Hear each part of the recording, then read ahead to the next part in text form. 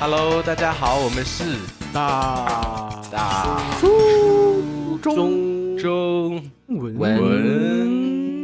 好，我们请到我最爱的老师了。然后你会让人误解卡你最爱的老师。每次卡老师来，开心，好开心啊！卡老师是我们的老朋友了哦，应该也不用自我介绍了啦，大家都对卡老师很熟悉。卡老师，你姓卡吗？不是，我姓李，Katrina 那个卡这样子，对，好，那这个 Katrina 老师今天邀请他来，当然要聊一个蛮特别的主题的哦。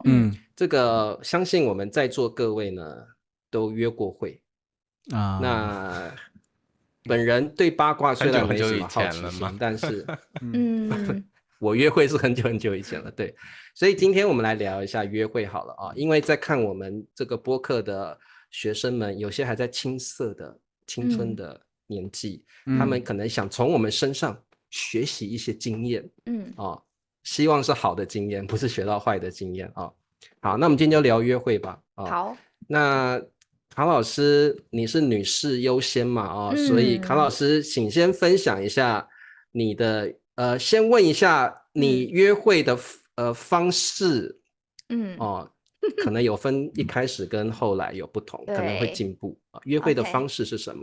好，我约会，我要先老实说，其实我不是一个约会的老手，或者是常常约会的人，我其实是一个 I 人。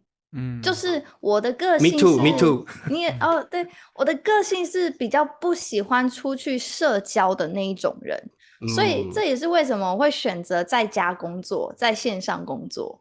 对，所以约会的话呢，我记得以前在大学的时候，我们约会都是透过朋友啊，最容易找到约会对象的地方是在社团。大家应该都有经验吧，就是大学的社团，学校的社团，比方说你是什么歌唱社的啊，那你就是会找到跟你一样有相同兴趣爱好的人认识做朋友，然后社团都会有一些活动，你就会在社团活动里面更认识你的朋友、学校的同学，然后发展成这个男女交往的关系这样子，所以我觉得那种大学非常自然的方式认识另一半，是我自己目前觉得我最喜欢的方式。可是后来出了社会之后，也交过几个男朋友。那出社会之后的男朋友几乎都是工作认识的，就是在我20多岁的时候，20多岁、30岁上下的年纪，都是从工作认识的。比方说同事的朋友，或者是同事这样子，对，认识。所以然后我有看过我的同事他们跟学生在一起的。学生同事是老师，然后跟学生在一起。对，师生恋。我在20多岁、30岁上下的时候，我以前是在补习班，就是那种语言中心工作。我也教过几年的英语。对，那个时候在补习班，我就有看过我其实不少同事，我觉得蛮普遍的吧，这个我也对，好多跟学生交往对啊，真的对，然后就会变成补习班办公室里面的八卦，大家就会传说什么老师跟哪一个学生在一起。对，然后我自己是没有。Katrina 老师都没有对学生下手吗？学生有对我下手，但是我没有接那个手。学生有对我表示过好感跟意思，但是我没有，因为我比较想要赚钱。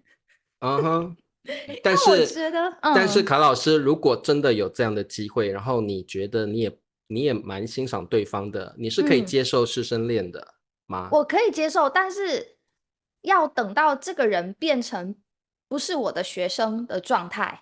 就是他如果还是我的学生，他还付钱给我跟我上课，我就是不会交往。OK，对，除非他已经从我这里毕业了，或者是换了别的老师，我们之后还有再联络，那就是变成朋友，发展成男女朋友的关系，这个我可以接受。但是我这个人就是我觉得比较古板吗？还是我觉得传统？应该可以这样讲吧。我觉得就是只要那个人还是我的学生，我就不会跟他交往。而且我也不会想那么多，我绝对不会对学生付费的学生有任何的想法，因为我觉得我就是工作，我就是来工作的，他就是来学习的。对，那万一非常帅，特别是你的菜是你的天菜，然后又整天不会动心吗？你在上讲台上讲课，他整天给你眼神放电这样。可是那种一般很帅的都已经有女朋友啦，也轮不到我啦。对，就是我当然教过很多很帅的学生，但是通常就是哇好帅哦，内心会觉得哇好帅哦，可是下一秒就会觉得不行，要上课，职业道德回到老师的状态，不行，要上课，要忍住。对，然后当然很帅的，通常就是已经有对象了，大部分对，然后基本上是这样子啦，对，所以有学生对我表示过好感，但是我没有接受，我就装死。假装不知道，就是你送我什么东西，我就说哦，真的好感谢你哦，那我分享给其他学生哦，就是这种方式带过去。对，卡老师，我想知道一下，因为我也在补习班当过老师，对，课堂上有很多那种哇，国中生、高中生那种豆蔻年华的少女，有时候真的心里会有一点起波澜，觉得好漂亮什么的。就是有时候上课是要很克制自己的状态，真的，我们就诚实的讲嘛。我上课有时候会觉得，哎呀，就是怎么那么多漂亮的小女孩？你是对高中生有这种遐想吗？怎么会这样？国中生、高中生，他们也很会打扮，然后又很可爱，这样。就是没有我没有这种时候，你不要拉我下水。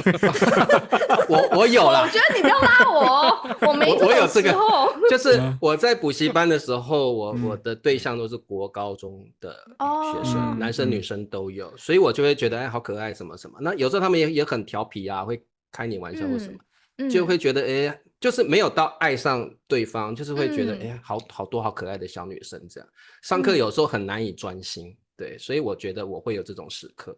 我想一下，我在补习班的时候教的是成人英语，所以我的对象呢都是20岁以上的成人。所以我是有恋童癖的倾向。那不至于，我并没有这么说。那不至于，但是确实，因为我在Ben叔分享一下，Ben叔来说，比较早熟，因为西班牙女生比较早熟，对，对，我教18岁到22岁之间的这个学生，确实有18岁的女生就是会很浓妆，然后打扮的特别成熟，确实有，对，然后还有就是像我跟2位大叔说过，就是我在上面上课，下面的男生，然后就是一边摸着女朋友的大腿，一边上课，就好尴尬，我都不知道我的目光应该放在哪里。天哪！因为那个男生他还很认真的学习，一边用手记笔记，一边就是抚摸。难想象这是什么画面。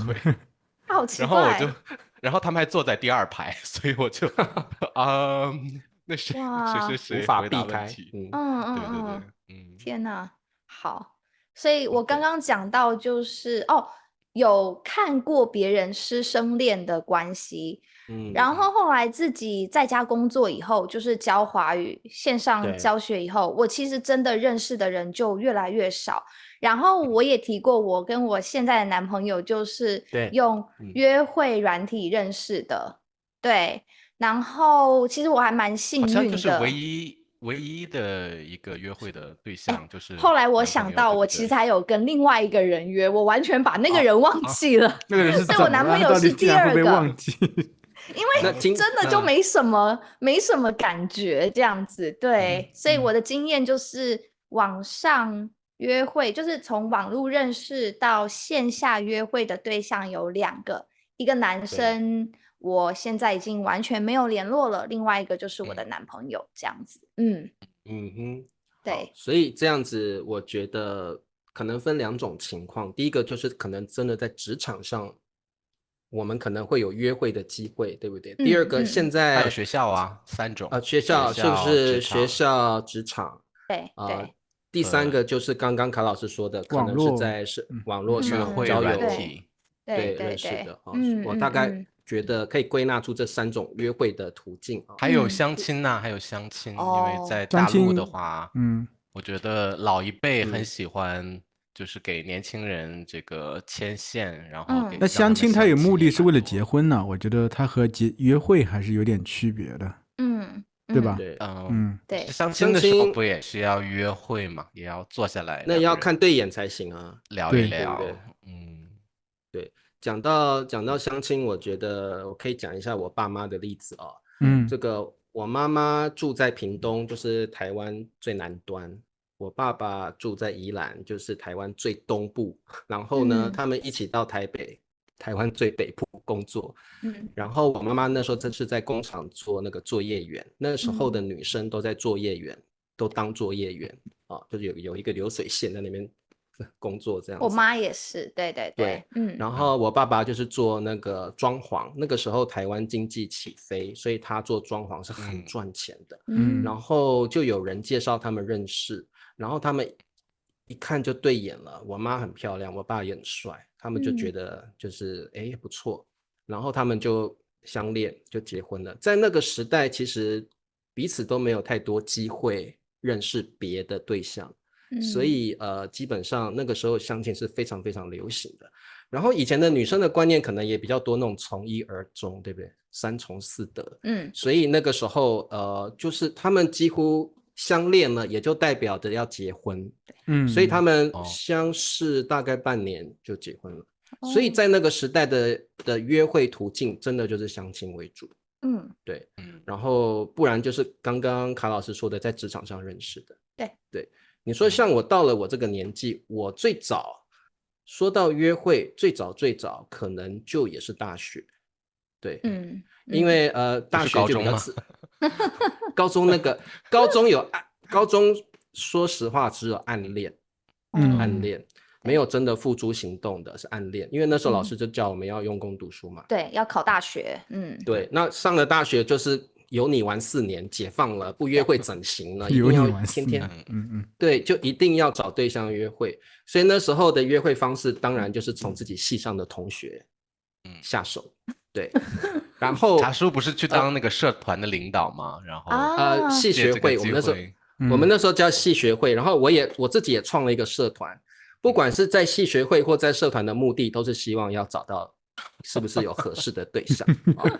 然后那个时候我们的目标主要都会先放在系上的女生。但是有一些男生的癖好特别不同，他会觉得如果在系上找自己的女朋友的话，可能人家会八卦，他不喜欢人家去八卦他们。所以他们会特别去找政大的啦、政治大学的啦、台大的啦那些女生啊，然后通过那个以前那个 BBS 非常流行，就在 BBS 上约会，然后去咖啡店喝咖啡、看电影什么的。所以我们那时候最主要的途径就是第一个就是在学校系上或通过社团或者是系学会认识，然后交往。还有一个可能就是喜欢系外的女生的话，他们就是用 BBS。那时候大学 BBS 非常流行，论坛。对论坛，我们那时候都用 BBS 在那边约会，然后就约出来见面这样。对。所以我觉得我们那时候途径都这样嘛。等我出社会之后，我觉得我最主要的途径，我比较不喜欢我公司的的确有一些日久生情的那种同事。有，然后他们在一起马上变成八卦的目标。那个我很不喜欢被人家八卦。所以我出社会之后，我都是用那个，也是那时候没有什么约会 app 嘛，那时候都是用那个网络上有一些聊天室，我们都进聊天室，然后看有没有认识的对象这样。对，出社会就是这样子。对啊，所以也是很传统的方式。以前在学校，对不起，以前在学校不是有联谊吗？我们记得就大学不是有联谊吗？什么学校跟什么学校联谊，就是学生跟学生在一起玩，比方说台大跟政大的联谊，对不对？所以就什么专业都可以，都可以。等等，我先问一下，所以Ben叔跟灿叔，你们那边没有联谊？没有联谊，我就看过日本电视剧里头有，我不知道台湾可能和日本比较接近。你有没有联谊的经历？说一下联谊的经验。我只有一个联谊的经验，就是因为我以前大学就是其实我是念本科是国贸系，然后国贸系基本上全部都是。你是哪一所大学？问一下。明兴科技大学是在新竹的，反正我那个时候就是念国贸系，然后当时国贸系女生98%都是女生，对，就是女生的。然后我们附近的话呢，就有一些什么清华大学的啊，新竹清华大学、交通大学这些工科的学校，他们就会找附近学校的女生联谊。那要找女生一定是找商科的，对，或者是找文科的，因为女生多嘛。对，像我们，对，像我们文科、商科的就很容易被约到这样子。那通常都是别的学校的系学会会长，或者是那个班的类似像班长之类的人，跟我们的系会的会长或班长他们先联络以后，然后再公告这个联谊的活动，我们要参加的人就去参加，这样子。对，所以联谊的目的就是以约会交朋友，就认识更多人嘛，对不对？认识异性。那大家是去一个饭店、一个大的餐厅里边联谊，还是说你们在学校的一个体育馆里边联谊？不是，是去外面，就是去外面玩，一起去外面玩。是去外面，对，不会在学校，就是可能会找一个好玩的地方，比方说学校附近，比方说有看夜景的地方、看风景的地方，那大家就是那个时候已经有机车的驾照了。然后就是会两个这样子，一个男生载一个女生，一个男生载一个女生，有时候是抽签的方式，我记得，我觉得还蛮好玩的。他们就是会盲抽，看哪一个女生抽到哪一个哪一个男生抽到哪一个女生的名字，就要骑摩托车一整天载着那个女孩子，就是玩一整天联谊。那联谊的地点，可是如果那个女孩子喜欢另一个男孩子呢？她抽到这个没办法，反正你就是要认命，你抽到谁，你就是要载谁，被谁载，一整天都是他在，都没有机会换了。对，很刺激。所以其实联谊就是虽然我只去过一次啦，但是我觉得我听别人说，就是有很多很好玩的故事。比方说，男生可能抽到了一个他自己觉得不好看的女生，或者是太胖的，他不想载，那种都是会，也走不了，对，就是那种故事也还蛮好笑的这样子，对，就会如果男生不喜欢那个女生，就会对那个女生蛮差劲的，或者是他们可能在中间会换。可能一个男生会跟另外一个男生讲好，我们要不要交换这个名字，女生的名字，我换人在，也有可能，对，这个我来做补充好了，因为本人是常常参加联谊的对。那刚刚卡老师说的盲抽我来仔细说明，基本上以我们男生来讲，最基本的不是每一个男生都可以去联谊，第一个当然是同科系的男生，约好我们几个男生，我们打算跟某一个外校的科系，比如说我们英文系是男生少，所以我们就要找另外一个科系，就是也是女生比较多的科系，我们去跟他联谊，然后我们算好男生的人数多少，然后有一个专门负责联系的人去某一个，比如说政大外文系，我们去跟他联系，他们也可以凑出那样人数的女生，联系好之后，所谓的盲抽因为每一个参加男生一定要有摩托车，所以我们是把摩托车的钥匙当作签放在手上遮住，然后让那个女生去抽机车钥匙，那个女生抽到谁的机车钥匙，那个男生就要负责去玩，那一整天都要载她。所以我就曾经载过一个，就10个女孩子因为我们班上有10个男生嘛，10个女孩子就是有2个特别胖的，就是几率是不高，但是我就是我就是会抽到那个胖子，千王，对，我就是千王，可能我的钥匙比较短还是怎么样，每次都被比较胖的女生或长得其实就不是那么吸引人的女生抽到，所以你就非得在，真的就像卡老师说，你没得选择。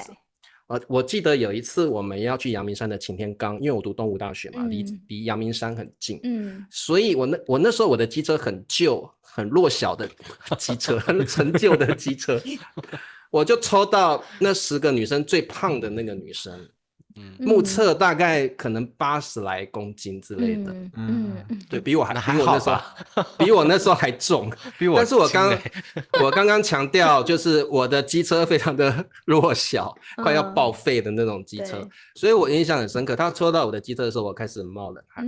然后因为我们要上擎天岗，卡老师知道擎天岗这个阳明山最高，对啊，那边有很多很可爱的牛，对，很陡吗？那个坡很陡，那个坡很陡，而且很远，还会弯来弯去，这样弯来弯去，都要骑着机车上去是吗？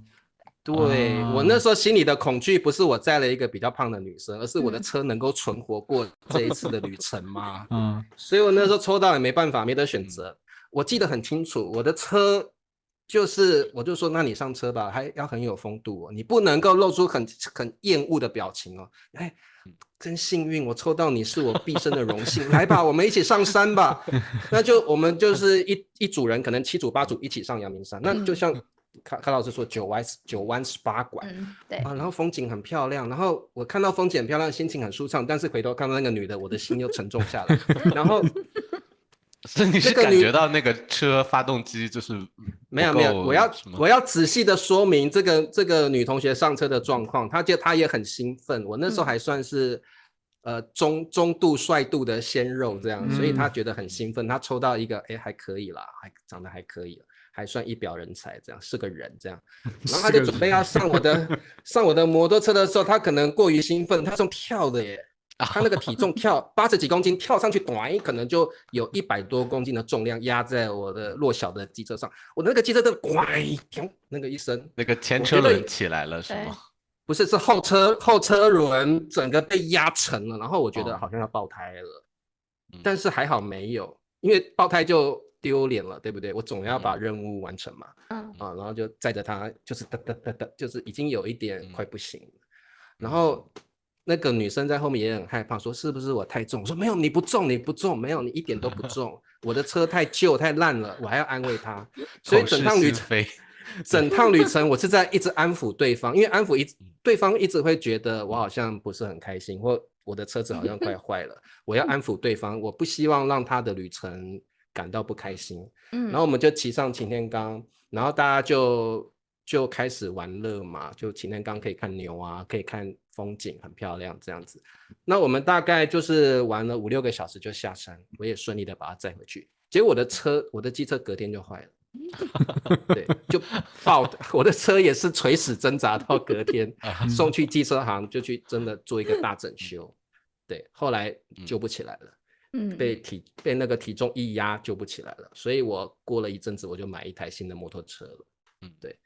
然后，所以其实那个时候在大学联谊是非常流行的，对。然后但是我觉得因为联谊而谈恋爱的人不多，至少我遇到的太随机了，我觉得主要是因为可能就是太随，你可能遇到的不是你喜欢的，然后那一次的联谊完，其实你们很少有机会再碰面。我们那个时候是流行 BB call，BB call 的意思就是说那个 beeper 嘛，就是如果有人要找你 BB 机，咱们那个 BB 机，对，那个上面会有那个人的电话，你就回电给他。对，那个时候没有手机，所以我们如果真的看对眼的我们会留 BB call 号码，然后对方会这个打电话，然后他就知道，你就知道他找你，慢慢的联络，可能之后就会有下文，就会有后续的发展。所以这位女生给你发 BB call 了吗？我连号码都没有给他，我说我没有 BB call 啊。但是我那时候是，我那时候系学会又有创社团，我怎么可能没有 BB call？我是有的，我觉得我们的缘分就到此为止吧。你已经弄坏了我的车子了，你还想怎样？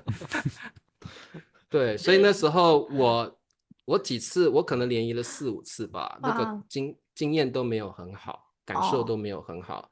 所以我后来就决定要创社团，因为社团就比较没有那么随机，谁来参加你都知道，你就比较可以看到是不是自己喜欢的或者顺眼的。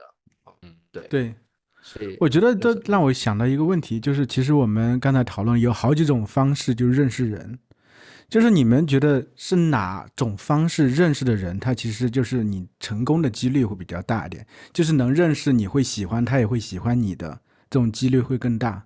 因为像刚才说的这种联谊完全不靠谱，我觉得说实话随机性太大了，你不大可能会认识自己喜欢的人的。像比如说我说实话这种经验太贫瘠了，我只有一个，就大学的时候，那就是因为同班的有机会共同的活动，那就慢慢认识了。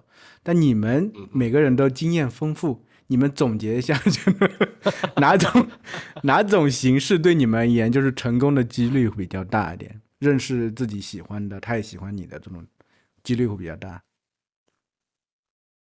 我觉得还是实际生活上认识的人，就是透过朋友的朋友，或者是同事的朋友，或者是你可以参加一些，其实毕业以后就是你出了社会，你还是可以参加一些社团。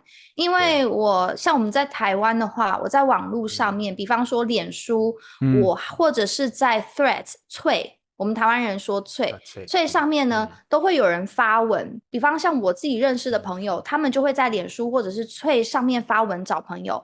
如果你喜欢爬山，你就可以在脸书上面或者是脆上面发文说，我是一个喜欢爬山的人，然后附上自己的照片，然后说我想要开一个群组，这个是爬山群，然后有意思要跟我一起爬山的，可以加我的 Line，我们台湾用 Line 这样子，对，加我的联络方式，然后我有一个爬山群，然后大家就是会在群里面就是认识，一起出去爬山，然后聊天，就有点类似像我们大学的社团，但是这是出社会之后的一个群。像我自己就有加入过1-2个群，比方说去吃美食的群，或者是有练习英文的群，如果你想要练习英文，或者是有读书群，有些人喜欢阅读，就是有些人会在这些群里面认识朋友。对，那像我自己也有加入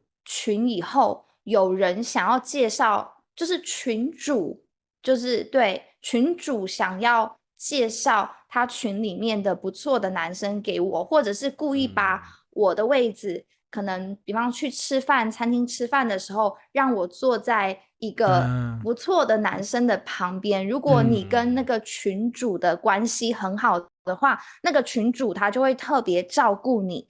比方说你们要一起去爬山的话，大家就是会开车上山嘛，对不对？然后坐谁的车，群主就会安排说，你坐他的车，他坐他的车这样子。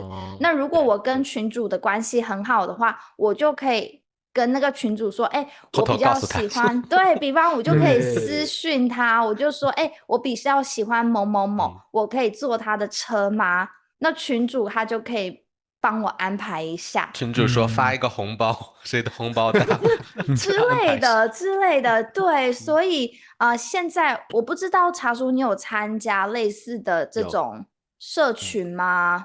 对，我自己是台湾很多，台湾很多，对，就这种兴趣小组，对吧？就是有同好的人，我觉得更容易在一起吧，有共同爱好的，共同兴趣的。对，然后我比较喜欢这样子，就像大学的感觉，大家有一个共同的兴趣，然后喜不喜欢，有没有在一起，有没有真的交到男女朋友再说，但是至少你可以交到同好的朋友。对，然后我自己也有用过约会软体，但是我觉得我真的是还蛮幸运遇到我男朋友的。可是在遇到我男朋友之前，我遇到好多妖魔鬼怪，都没有约出来。很多妖魔鬼怪啊，对啊，就比方说约炮的。能不能细讲一下妖魔鬼怪？多妖多魔，要看哪一个软体吧，我觉得。就 Tinder 啊，或者是 OMI 啊、欧米啊这种我就用过这2个，然后约炮的真的是一大堆。对，有些就是很直接跟你说，我就是要约炮，然后要出来吗？那当然就直接说不要。那有些他不明讲他要约炮，他跟你聊半天，你才知道说哦，原来你是要约那个。我就觉得很浪费我的时间，我不觉得这是很有效率的方式认识对象。本期视频是由 Go East Mandarin 赞助的。Go East Mandarin 将在黑五期间推出特大优惠，预知详情请点击视频下方链接。Let's go East。然后有一些是很夸张，有一个很夸张，他已经结婚了，他已婚，然后他就说聊天的时候他就说我已经结婚了。然后我心想，你结婚那你来干嘛？对啊，就是你都已经结婚了，那你干嘛上约会软体呢？就是说不要打扰我的生活，就是说我可以跟你见面约炮，但是这个意思，我觉得。他说我跟我太太是开放式关系啊。对，这个很多是假的，很多这么说，但不一定是真的。有些说我跟我太太是开放式关系，所以我可以跟你约，我可以跟你交往。对，有人说我可以跟你交往，但是你要先接受我是有一个婚姻关系的，我有小孩的，那当然不要，我干嘛要这样子作践我自己，对不对？你是谁呀？对呀，对呀，然后还有就是会骗你说我现在有一个婚姻的状态，但是我快要离婚了。对，那个也不行，你等你离婚再说吧。对，等你离婚再说吧。然后我要讲一个故事，就是其实我真的很不相信从网络上认识的男生，因为你没有经过现实生活中的互动跟认识，其实我真的非常不相信。像我跟我男朋友，我也是花了一段时间我才完全相信他。对，虽然我们聊，然后第二天我马上在健身房见面，但是这不代表说我今天跟你聊一两次，我就相信你的为人。对，同意。对，你知道吗？就是我跟他交往之前因为那个时候就比较确定说他想要跟我在一起，他就是有告白还是什么的。你知道我跟他说什么吗？我跟他说，你可以把身份证拿出来吗？我想看你有没有结婚。身份证能看出结婚吗？我们台湾的身份证的后面有写你的配偶栏，有一个配偶栏，所以你可以在身份证背面的那个配偶栏看到对方是不是已经结婚了。如果对方不愿意把身份证拿出来，代表他隐瞒你，他可能已婚的身份。然后我记得那要出来也很尴尬吧？就是你把你身份证拿出来让我看一看。我觉得我幸运的地方就在这里，我跟我男朋友都是很直接的人，就拿出来了。所以我说我觉得我还是想看你的身份证我觉得如果你可以让我看的话，然后他马上就说好啊，来，我钱包在那，你自己去拿我觉得这个在台湾好像很普遍，我们不会觉得尴尬，我就拿出来取信你。对，我觉得会。真的吗？我觉得可是我周遭所有的朋友，我是唯一一个请对象把身份证拿出来的人那你确定这是卡老师？你先讲，我觉得要设计吧，要先喝一杯。我等下讲一个我学弟的故事。卡老师，好，真好，有那么多故事可以听。对还有身份证有一个小诀窍，看身份证有一个小诀窍。台湾的身份证，因为我不知道中国那边的，但是看台湾身份证有一个小诀窍，就是身份证上面好像有写什么补发。我听网络上面，你那个隐私到时候打马赛克那你上面有身份证字号，我现在没有让你们看得很清楚。对，那个身份证我记得有一个角落上面会写什么补发还是写什么，然后我换发补发我忘了是哪一个，是写换发还是补发的，如果上面有注明代表离过婚。真的，你换了就没有配偶栏就空了。对，因为如果你离婚了以后，你的配偶栏是空的，但是你的身份证的某一个角落会注明说你的这个身份证是换发还是哦是换？你怎么知道？你离过婚吗，茶叔？茶叔离过婚呢，你看完之后说是换发，这个是基本常识，基本常识。我没有这个基本常识，我只知道有一个。你俩真的生活在同一个地方。茶叔，你还有什么秘密没告诉我？没有了，茶叔有秘密耶。茶叔，所以前妻是谁？对不起，开玩笑，还是他朋友有离过婚，有可能他认识的人。对，你刚刚是说换发还是补发？我忘了。换发。如果那个角落上面写身份证是换发的，代表这个人离过婚。对，因为你离婚以后，就是就是政府单位会给你一个新的身份证嘛，会把你的配偶栏的那个对方的名字拿掉。所以你们一旦结婚就要换一张身份证，因为之前可能对吧？单身有一张的，对吧？对，我记得是。补发补发通常是你身份证遗失的时候。原来因为我身份证没有遗失过，我不知道。对，好，这个就是看台湾身份证的一个诀窍，大家要记起来哦。如果未来跟台湾人交往，想知道他是不是离过婚，那你就可以看身份证的角落。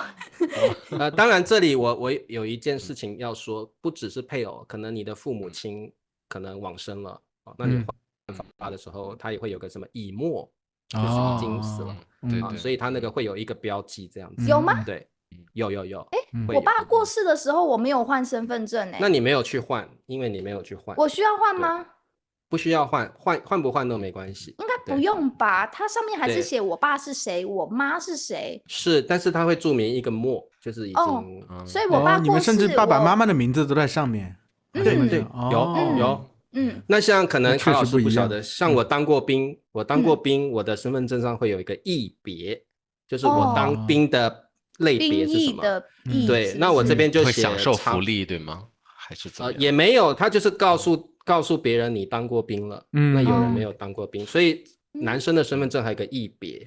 我今天晚上拿一下我男朋友身份证看看，仔细的观察再看一下他有没有当兵，有好多隐藏信息哈。我当过兵的话，我身份证就会写我的役别是什么。所以其实当没当过兵，我觉得就还好啦，对啊，还好，那个也没什么关系。然后我刚刚说我那个学弟说，我那个学弟就是刚刚像卡老师说的，台湾有很多社会的那种社团。不是学校的，也不是公司的，是社会，可能很多人兴趣相同，所以他们办了一个 LINE 的群组，定期的会举办活动或者联谊然后我那个学弟是投资，因为他是那个就是做股市的，对，他是那个投资员那所以呢，他就加入了那个投资的类别的那种群组，然后他就遇到了一个阿嬷。那个阿嬷呢，她就很喜欢投资。阿嬷就是那个老人家，一个老人家，老婆婆啦，老婆婆，阿姨那种是吗？年龄在没那么就50、60岁，60几了吧，60几了，那也就叫阿姨。阿嬷大概70啊，60、70，对。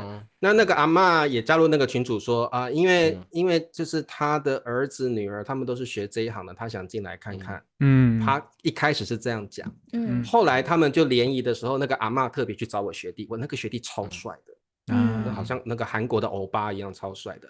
他就特地去找我那个学弟，那个阿嬷就说：“你好帅哦！”他用台语讲：“你好帅哦。”那我可不可以介绍那个我女儿给你认识这样子。然后我那学弟也还没有结婚，就说好啊，就真的后来他们在下一次联谊在一个沙滩上面，然后那个阿嬷的女儿超漂亮的，然后我那学弟一看对眼了，他们就决定就是看了之后彼此都看对眼，决定要谈恋爱。然后大概交往了，就是真的这种，就像刚刚卡老师说的，这种群组是很容易，真的有一对可以谈恋爱会出现。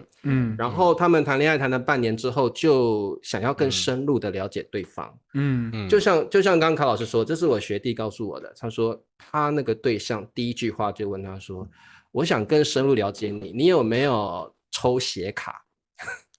捐血卡？你有没有捐血卡？”你们叫献血吧，大陆叫对，我们叫献血，都可以。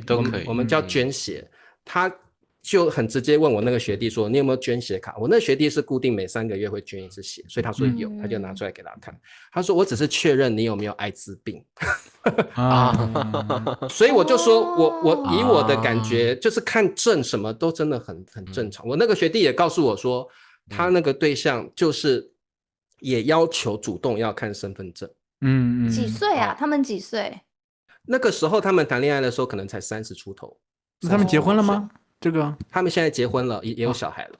但是在之前他们谈恋爱的过程中，检查证件包括捐血卡因为你如果有艾滋病，你是不能捐血，那肯定。所以他是用捐血卡来确定对方有没有艾滋病所以我那个学弟他那个对象就是非常仔细的去确认这些东西，就是看这个捐血卡上没有那个性病什么的信息，是不是也没有？你要捐血的话，基本上你是一个固定捐血者。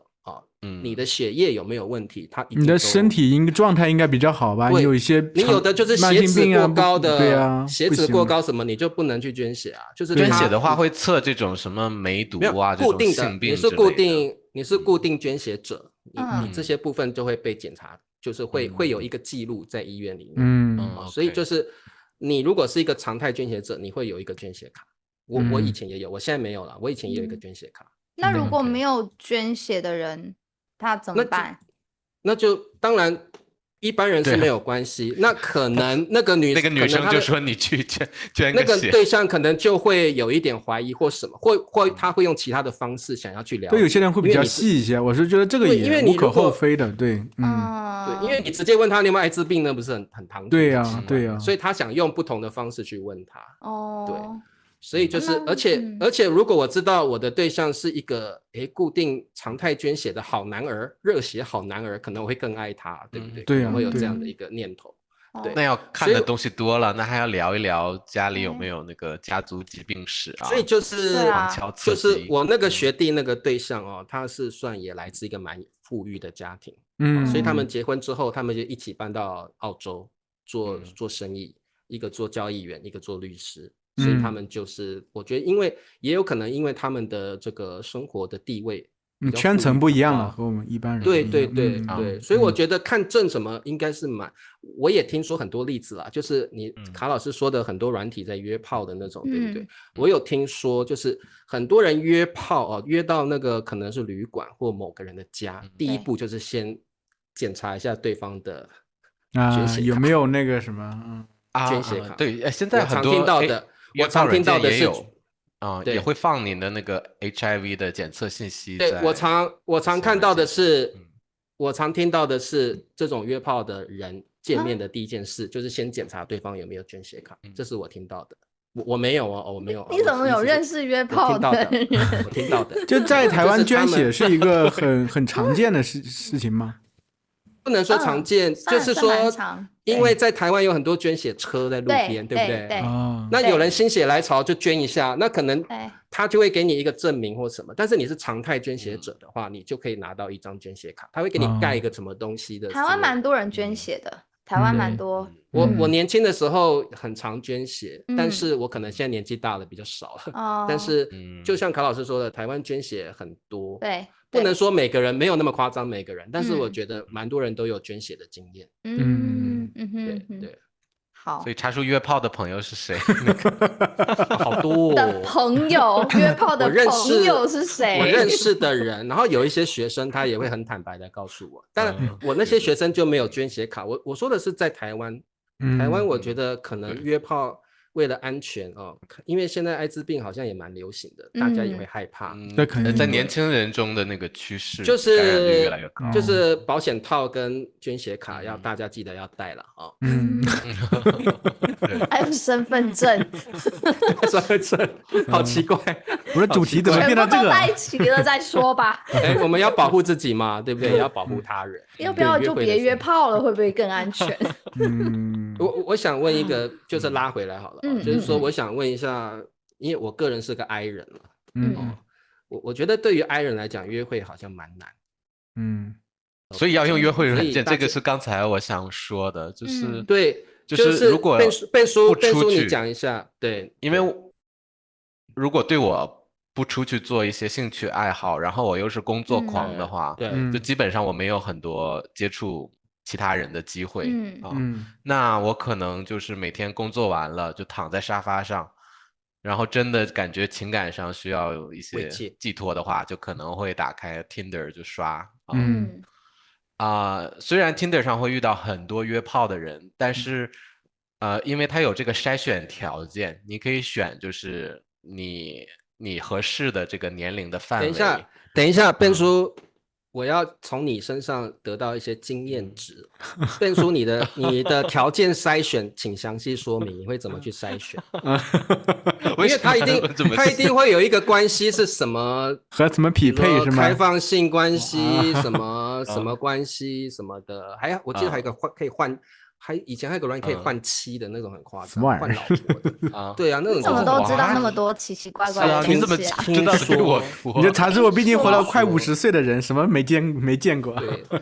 对，这个不是重点，好吧？查书你们对，你说，对，所以就是筛选之后，然后你就是已经这个系统会帮你推荐，就是满足你的筛选条件的人。那在这里边，就是你聊一聊，然后你大概就能知道这个人是要约炮还是想跟你聊下去。一般要是直接就是约炮的，就说你现在有空吗？要不要来我家？这种我可能就对就不想聊下去了。就是等一下，所以Ben叔你的目的就不是约炮，对不对？老实说哟，我们是一个有公信力的。很老实的话，就是如果我去旅游的时候，然后我觉得我在这个城市一个人旅游5天的话，我可能会想找一个人一起出去喝一杯，带我转一转因为我自己可能会比较无聊。就是你话说这么委婉是什么意思？没听懂，把它解释清楚。就是我当时肯定不是以约炮的目的，但是我会期待可能。如果这次见面聊得很好，然后对发生的很好的话，可能会有这个期待，对吧？对，好随缘，但是不强求，对。但是我到那儿我也会放在我的 Tinder 上，然后说我就在这儿5天，等你，然后有没有人愿意带我转转？等你哟，Ben叔等你哟。但是如果我在我自己的城市，肯定Ben叔，我帮你讲一下，白话一点，就是如果你去一个国家旅行，你是不排斥约炮这样的事情。对，好。但是在自己的城市的话，就还是想聊一聊，觉得可能会这个变成长期的这个对象。你最近一次恋情工作完1天，他说要约炮，我也不想出门。但是我问你啊，你最近一次恋情是在什么时候？怎么讲到约炮去了？这个歪掉了啦！不告诉你，没有。太长了，已经录了1个小时了，留到以后。说我不想被挖了，还讲不完。真的1个小时所以我们聊到约会，就是说我觉得现代人真的有蛮大比例，就是利用这些软体来达到遇到对象的机会，对不对？感觉大家都很忙啊，也是有时候想更高效的认识人。然后你也会觉得在这个软件上面的人也是有相同需求的人。再来会比相亲更有效率，会因为也省掉了相处的过程。因为呢，你直接在这些软件上就有帮你筛选的机制，你就可以完全不要说完全，你可以大几率的找到你喜欢的对象，跟你有相同目的的人，对不对？所以我觉得这种约会软件真的是蛮有效率的。我坦白说啦，我这几年有尝试，以前就不聊了，这几年我有尝试着用过一些就是约会，常年讲的约炮约会软件，就是我觉得跟我现在的个性已经有一点没办法去契合了。就是我不太能够接受约会软，我不晓得可能是因为年纪的关系还是怎么样，我总觉得有一点虚无缥缈，或者是说在上面的人跟我年龄层已经有一定的差异了。然后我就会觉得可以把那个年龄可以的，但是我就比较喜欢年轻的嘛，就是那就是会觉得说也谈不来，也没有那种契合的感觉。所以我觉得以现在我这种年纪的人，真的要交到能够聊天的、能够交流的对象，我觉得也蛮不容易的。对啊，对对对。大概50个人里边有1个人愿意跟你聊下去，有的人可能说，哎，你怎么样啊？然后就你回了他以后就再也没有下文了啊。还有就是这种软件，我觉得有很大一个部分就是考老师说的信任问题。我是那种我会完全信任对方了，我才愿意把心交给你的那种人。所以我就会觉得你不够让我信任的话，我就没有办法很安心的进行这件恋爱这件事情。所以我也会很在意信任关系。对，就是你跟我讲你会喜欢我，但是可能你在软件的另外一个账号你是开放性关系，这个也是有可能的。所以我觉得这种就是你要遇到一个真的适合你的人也很不容易。对啊，对，所以整体看来就是真的约会也很难，要找到合适人也很难，不管哪个途径感觉都挺难的。不容易。我觉得因为这些软件或什么途径约会成功的人，真的要恭喜你们，因为你们是非常幸运的，千挑万选有这样的幸运儿。那如果对，真的，因为我觉得这个几率是不高的。那如果真的你是因此成功的人，要恭喜你。像卡老师这样的案例。那如果你没有成功，我觉得人生除了约会之外，还有很多值得还有约炮，哎，怎么又歪柔了？歪掉了。除了约会，对，就是说，除了性这方面之外，还有别的嘛？对，我们人生还有很多值得享受、值得去体验的事情啊，所以大家也不要觉得我很久没约会了，我是不是没办法再约会了啊？